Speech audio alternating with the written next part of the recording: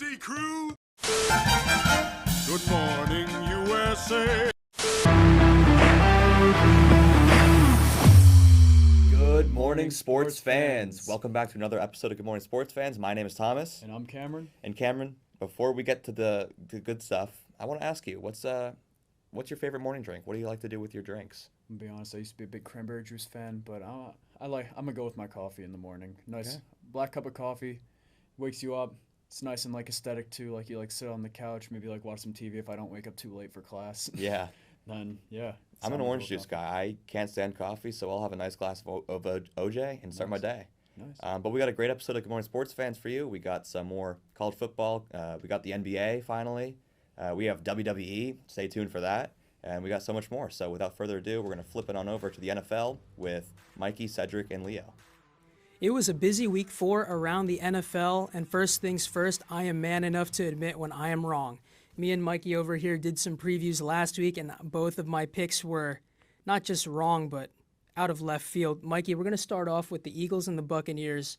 I picked the Eagles to win that game. They ended up losing 33-16. The injuries were just too much to overcome. We'll start with you, man. What do you think about that game? Well, even despite the injuries, you still had them winning. You told me that.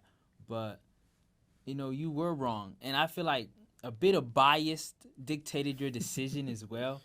But, the Buccaneers, they eliminated them in the playoffs last year.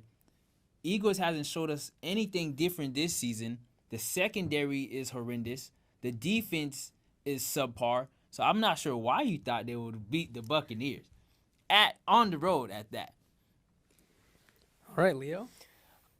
I just don't think the Eagles can rely on Saquon Barkley every game. I mean, we saw this in week 2. Saquon dropped the pass that ultimately led to the Eagles losing on primetime, and it just can't keep happening. These receivers, they got to stay healthy, but that's not on them. I think the Saints were very dirty in week 3, and that's unfortunately not Philly's fault. However, the secondary, they've got to clean that up. They've got to clean that up really fast.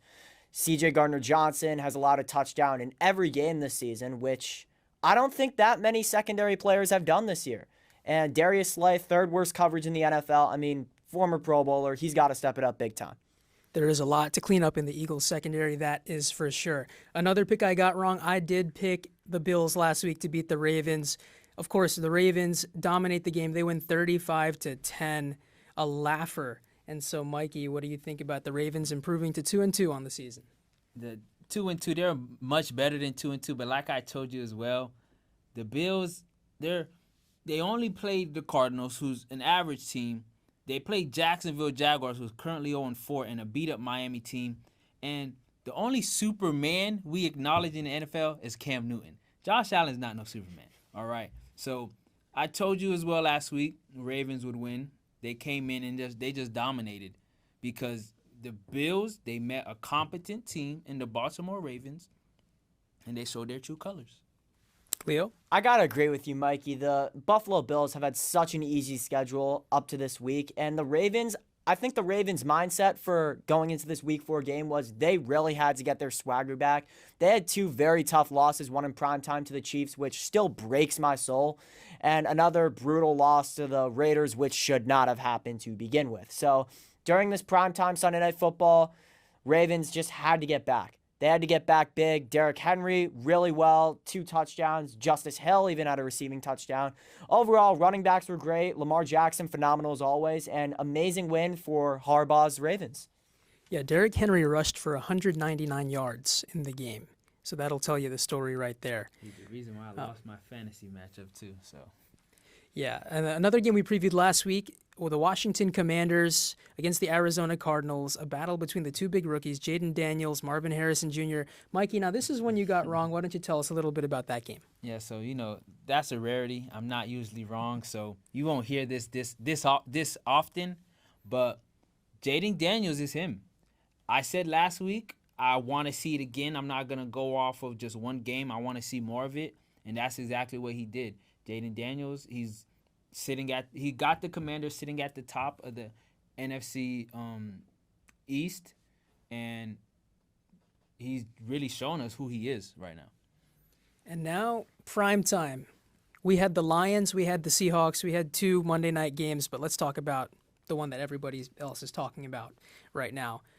Jared Goff, perfect game. The first perfect game in NFL history. He went 18 out of 18 for 2 touchdowns. And so we're going to start with Leo now. Leo, what were your thoughts of that Lions-Seahawks game? What an exciting one that was. Personally, I have not enjoyed a Monday Night Football game in a long time. That game was special. Jared Goff, obviously, 18 for 18. That has not happened before. That is incredible, especially from Jared Goff and the Lions. Geno Smith was also phenomenal. And again, it was a great game to watch. Lions eventually took it home, and I really hope to see more of that from the NFL in the future, especially with these 2 games every Monday night. I hope that the NFL can definitely have some great matchups in Monday night for ESPN in the future. Mikey, one last quick thought? Yeah, great game from Jared Goff. Not only was he 18 for 18, but he had a receiving touchdown as well from none other than Amon-Ra St. The Brown. Detroit Special. Exactly. And, Detroit is looking very good. They're probably the favorites in the NFC under Dan Campbell, great coach. So I'm excited for the rest of the season. Great game, high scoring. That's what primetime football is all about. It was a great watch, and we might be the best Monday night football game of the season as well. So we should definitely cherish that one. All right, that'll do it for our NFL recap this week. We're going to toss it to Thomas and Josh with WWE. Thank you. We're going to switch it over now to WWE because we got our October premium live event. Yes, it is Bad Blood. You heard that right. Bad Blood is making a return to WWE programming. WWE Bad Blood this Saturday, October 6th, 6 p.m. Special start time, by the way, just because UFC is coming later that night. But look, we got an action-packed match card. Why don't we start off with the Women's Championship being defended, Nia Jax versus Bayley. What do we think? I really think that Nia Jax will retain this title, only for Tiffany Stratton to cash in her Money in the Bank and win the title off of Nia. They've been hinting this beef for a while now, ever since Money in the Bank, really. And I think it's just time to pull the trigger on this. Yeah, 100%. I'm on the same wavelength with you. I think Jax is going to retain, and then I think Tiffany Stratton's going to cash in later. Yeah. I think Nia Jax has been doing some of the best work of her entire career. She's been in WWE for a while now, and she's really making headlines now. So I'm really happy to see her with the belt, but it's Tiffy time. It's ready for her. It's ready for her to take over. They both did great stuff. But moving on to the next fight, we're going to do Damian Priest versus Finn Balor. And what do you think of this one? It's tough because this has been a rivalry that has kind of been brewing and kind of been teased for a while now, and finally Damian Priest has broken up with the Judgment Day. So I don't know. I think this is honestly the worst build of the card. They kind of rushed this match. I think Finn Balor is going to win just because I want to see another match between the two. And, I think Priest will end up winning that second match and moving on. But I think Balor's going to take this one. What do you think? This is really a coin flip for me. I have no I have no substance for any of this beef. Like, right. I could see either of them winning and be okay with either scenario, but so for me, it's just a coin flip, and I'll see on Bad Blood what happens. Yep, and then moving on to the Women's World Championship, we have Rhea Ripley and Liv Morgan with Dominic Mysterio hanging in a shark cage above. What do we think about that? First of all, it's hilarious that Dom is in a shark cage. Perfect for his character, perfect for this beef. Yep. I think I've also had a hard time deciding who's going to win this, but I think at the end of the day, Liv Morgan will retain the belt because it's just too quick to take it off of her, as you told me. Yeah. I could see Rhea Ripley winning this and taking it back because they've kind of been putting her way over. But again, it's just way too early for Liv Morgan to lose the belt, and she needs to have another beef with someone. Yeah, I gotta agree with you. I think Liv Morgan. I think it hasn't been long enough for Liv Morgan to kind of take the belt off her. I think she deserves it for a bit more time. I think the Judgment Day is obviously going to interfere, as we know. Liv Morgan's going to steal that win, and then they're going to take Dominic down from the shark cage. But that's going to be great. I wish I was there live to see Dominic in the shark cage. That'll be great. But now moving on to one of the bigger, hopefully the co-main event, Roman and Cody versus Jacob Fatu and Solo Sikoa. What do we think? Listen, as much as I would love Cody and Roman to win this just so they can squash the New Bloodline, I'm the biggest New Bloodline hater, by the way. Don't get it twisted. I do think Jacob Fatu and Solo will win this with the help of, Dwayne "The Rock" Johnson. I just think it's too obvious I think it's too obvious to not happen. And they're trying to put Solo and the New Bloodline over. I think this is the perfect opportunity for that to happen. Yeah, I honestly hope that the opposite of that happens. Honestly. I do too. Believe me. I think Cody and Roman are going to win. I think you take the two biggest guys in WWE, they have to win. There's no way Solo pins Roman. There's just no way. It doesn't happen yet. And, I hope the Super Team doesn't lose this match. And, it'll probably end up advancing towards the War Games match in November. But now to hopefully what will be the main event, it's CM Punk versus Drew McIntyre in a Hell in a Cell. This has been a year-long rivalry stemming from Royal Rumble in January when Drew McIntyre injured CM Punk. What do we think? Listen, this is the rivalry of the year. and this is going to be the match of the year. I'm already pre-booking it as the match of the year. Yep. Hell in a Cell, I've never seen one before. I'm relatively new to the game. Yep. CM Punk's got to win this. I mean, it's his first beef back in the WWE since leaving 10 years ago. I mean, if he loses this beef, it's fine. I like Drew, but it's just crazy to have him lose his first beef back in the league. So I really do think that CM Punk will win this rivalry and move on to better things. 100%. Yeah, you said it best. CM Punk has to win this match. And what needs to happen is blood needs to be shed. It's bad blood. There's got to be blood. This match is going to be violent. It's going to be for 18 plus. Believe me that. But that's going to be it. And as you said, Yeah, we'll see you in hell, and we're going to kick it on over to the Premier League with Andrew and Sean. And thanks, guys. This week we're going to be covering the Premier League, and the first game we're going to start off with is United Spurs. What were your thoughts on that game? Well, it starts off with United getting like a brutal red card on Bruno Fernandes that ultimately plays into them losing 3-0, and they just look like absolute shambles right now. I have not been impressed with United. What did you think of the match, Andrew? I thought that United's performance and quality this season has been underwhelming for a Big Six team with the money they've spent. Rashford's effort on that first goal and the whole defense's effort on that first goal was atrocious. They allowed a center back, Van de Ven, to run all the way up the field and then cross to a wide open guy. Yeah, in the third minute, it's unacceptable to have a forward player raising his hand saying he can't get back. That just shows lack of effort, in my opinion, and just cannot be happening at the top level for a Big Six club, like you said. And this raises the question, will Erik ten Hag be the first manager to get sacked this year, as United are in 13th place with a -3 goal differential, only managing 13 points out of 7 games? In my opinion, yes, I think he should be the first manager to get sacked. Also because I don't think the future looks too promising. It would be different if they were not playing well now, but they had a lot of injured players. There are promising aspects in the future, but in my opinion, I think he should be sacked. What do you think? I think that they'll give him a couple more weeks, like they said, and if they do not manage a win, especially with their Europa League draw to a bad team last week, he will not last long. So now we had a record breaker last week. Cole Palmer scored 4 goals in the first half. Not only the first person to score 4 goals in one game, but to do it in 45 minutes. What were your thoughts? I mean, he's just remarkable. Every time he gets in front of goal, he has the confidence that, as someone watching, I feel like it's going in, and obviously he does too. Been really impressed with his development ever since City sold him, and honestly wish he was still with City, but really glad to see him prospering at Chelsea. What do you think of him thriving? I think that he is an amazing player and just a player who can either play out on the wing or up front. He can do anything with his left foot. It's just an unbelievable player all around. Lastly, I want to get into City struggling, now 2 draws and 2 games without Rodri. What were your thoughts on that? Yeah, I think it shows Rodri has been like our most valuable player, and we're very susceptible, particularly in the midfield, when it comes to just defensive shape and organization. What do you think about that? It's hard. I think it's hard to fill in for such a great player like Rodri, who is undeniably world class.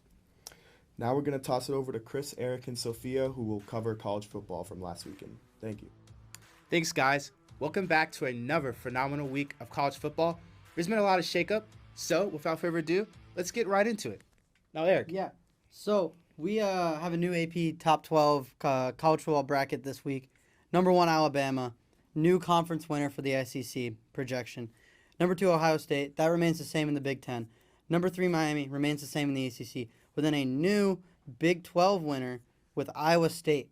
I think that's a little bit interesting. Yeah. I think that's kind of a bold call from the AP poll. But we'll see how it plays out. Ole Miss and Utah moving out. They both lost this week. Thank you, Ole Miss. Michigan back in. USC still on the outside looking in after that loss to Michigan. And Boise State is now the Group of 5 bid. Ashton Genty is kind of looking like maybe a Heisman winner out of the running back position. But yeah, it was just a great week in college football. Kind of my feel-good surprise of the week is Sam Houston State versus Texas State. Sam Houston won 40-39. They're in their second year in the FBS, and they are 4-1. Only lost to UCF. They have 2, FBS wins against Rice and Hawaii. They're just looking great this year, and I'm happy to see it after a very strong FCS team made that move up to the FBS. Surprisingly bad, Georgia. What happened? 2 weeks in a row, they haven't really looked great. I know 34-41 loss. You know, it kind of looks better than it is. They were down 30-7 going into halftime. I don't know what's happening with their offense, and their defense has not been as dominant as it has been so far. So, yeah, that's all I got for their kind of good and bad. Yeah, well, that's definitely a good one. I'm going to switch it from the South to the Midwest. I have Minnesota and Michigan as my good game. You know, Michigan has always been super dominant against Minnesota. I mean, we can't even question that. But this was actually a game to the finish.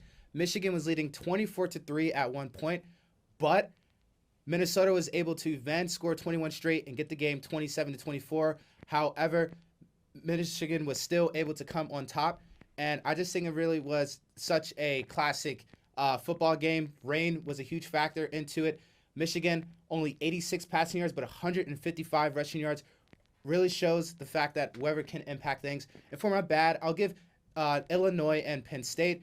Penn State was able to win 21-7. However, Penn State, in my opinion, has really not looked very sharp this year. I don't know why they're ranked in the top 10. Honestly, they're still a great program, but I haven't really seen any dominant wins or any really dominant plays from them.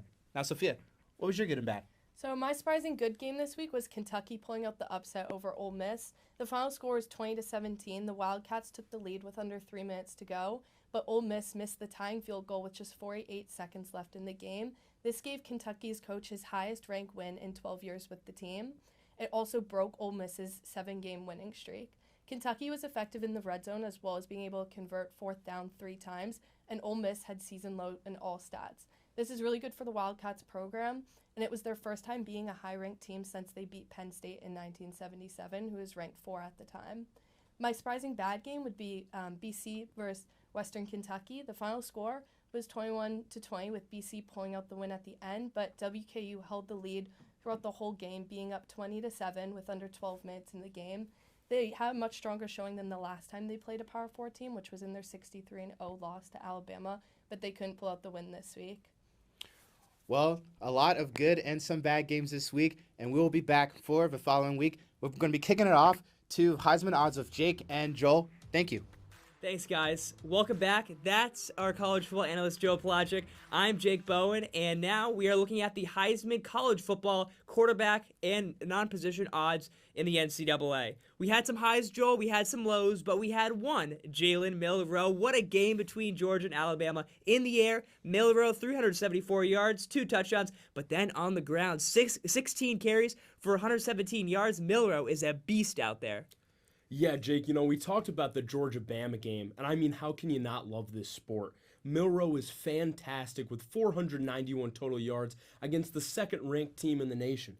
His Heisman odds skyrocketed after this week. There's a lot of doubt, I think, surrounding the Crimson Tide as Kalen DeBoer replaces the legendary Nick Saban, but Milroe keeps improving.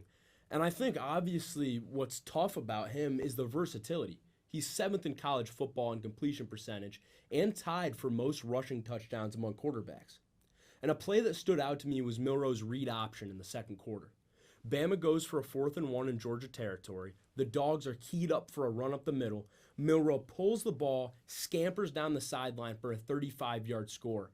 It's just so tough to prepare for this guy, and that's why he's my Heisman favorite. Well, as of now, Jalen Milroe, a plus 175 favorite. But let's move to the Mountain West. I like to call it the Forgotten Conference, but there's one guy who's been the true MVP of his team this season, and it's Boise State running back Ashton Jeanty. He had 13 touchdowns at the end of last season, 14 already through 4 games. Joel, Jeanty is a wrecking ball. I mean, how about Jeanty? He is so electric with his big play threat. And I've heard some people say that he could be the best running back prospect since Barry Sanders. His Heisman odds have undoubtedly gone up as he gashed Washington State this weekend with 4 touchdowns, propelling Boise State to 21st in the rankings. Jeanty leads all of college football in rushing touchdowns and in yards by 160. But what jumps out to me is his average yards per carry, with 10.3.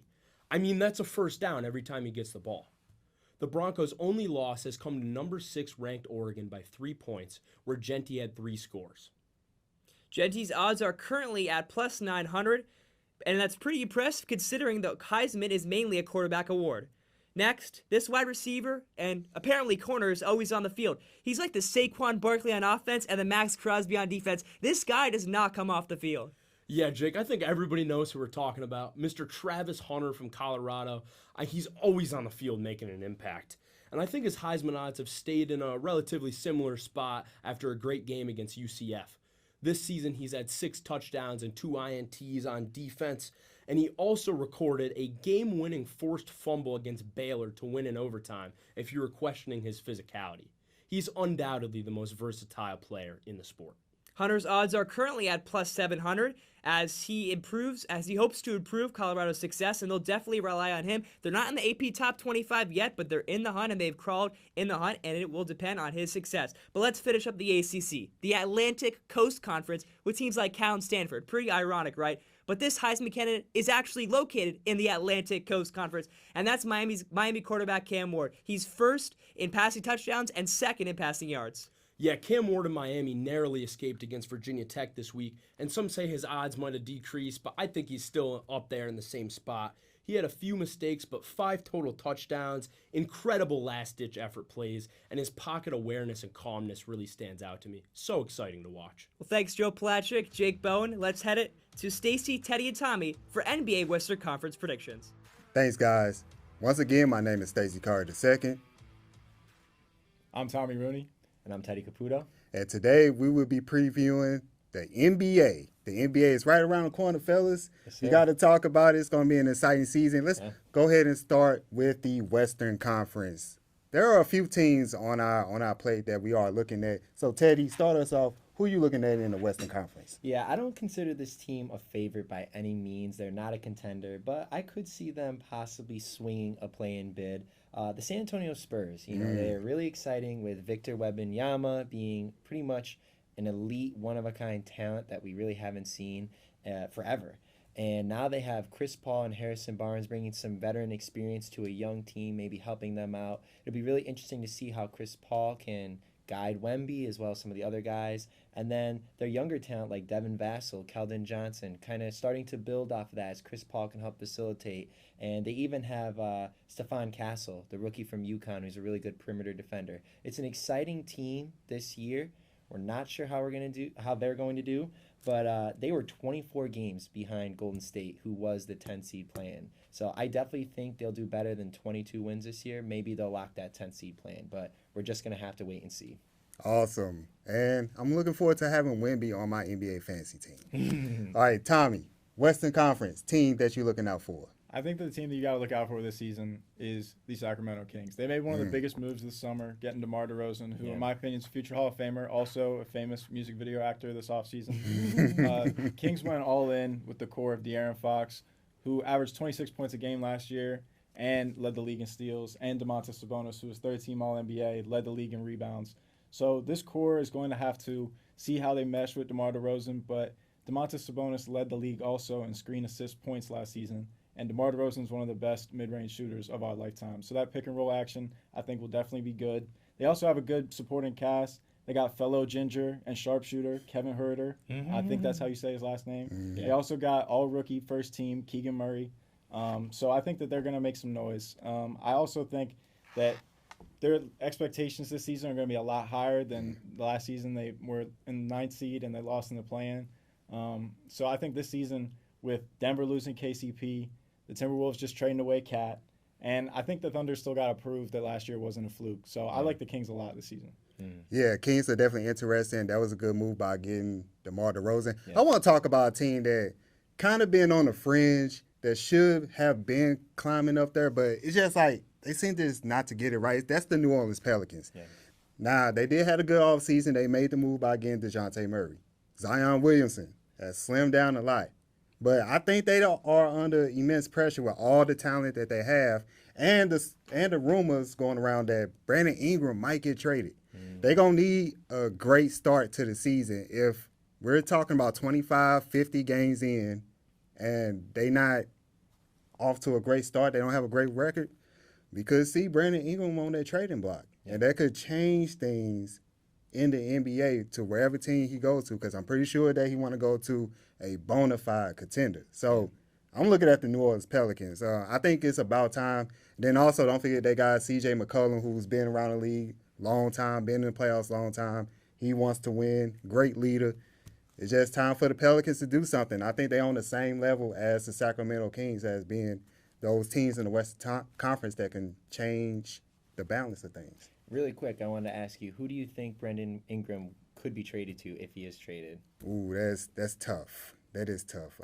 I have no idea. Maybe the Lakers. Maybe back to the Lakers. back to the West Coast. Yeah, bring them back. Lakers, Yeah. Clippers could be a player because Clippers have been getting talent over the last few years. Mm-hmm. They just haven't put it together. But Yeah, I mean, I know you said that they wanted to be a contender, but I look at the Spurs.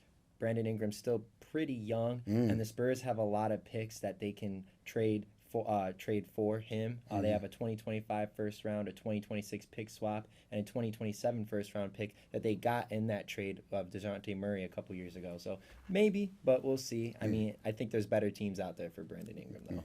You think Brandon Ingram could be a Spur? I think he should be a Laker. If anybody's Yeah, going there to we need go. him, like, I mean, the Lakers need another piece. That's just how it's been for the last 2 years.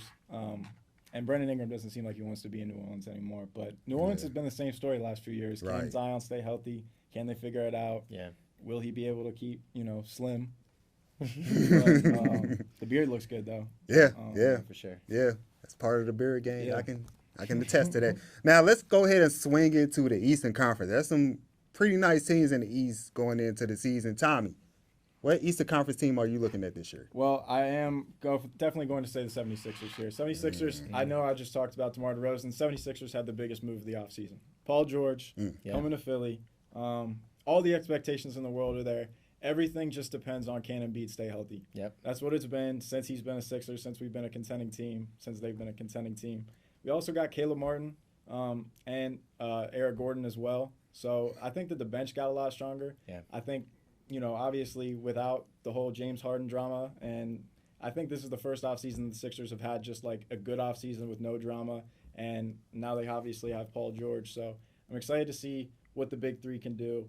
Obviously, Tyrese Maxey took a huge step last year, and Embiid, if he stays healthy, I think is the best player in the NBA. So if the Sixers, can mesh well and stay healthy, I think that they are a very legitimate threat this year in the East. Oh, yeah, on paper, their roster looks amazing. Yeah. Do you have a team that can possibly contend with the 76ers? Yeah, I mean, I will say I am a 76ers fan myself, so I hope they do well. But, I mean, you got to look at the New York Knicks, too. They were really close last year, and it looks like they're working to build towards that next step with that big acquirement that they got in Karl Anthony Towns. Basically getting rid of Julius Randle and Dante DiVincenzo, breaking up the Nova Boys, but they're going all in. Their starting lineup is one of the best in the league now with Karl Anthony Towns and Jalen Brunson, Josh Hart, OG Anunoby, really looking solid. We'll see. I mean, I think that they can go far this year and maybe even get to the finals, but they got to get past, I think, your team that you want to talk about. Well, fellas, those are two good teams, but don't forget the defending champs. They still got the same team with the same star players. And then, speaking of health, Porzingis. Yeah. If he stay healthy and Jason Tatum, Jaylen Brown, they continue to do that thing, Derek White be a lockdown defender like he has been, they can go for that repeat. Yeah. They can go for that repeat. Well, that was all for our NBA preview. The NBA season is right around the corner, a few weeks away. Now let's swing it to the outro. Thank you for watching another great episode of Good Morning Sports Fans, and Thomas has an announcement to make.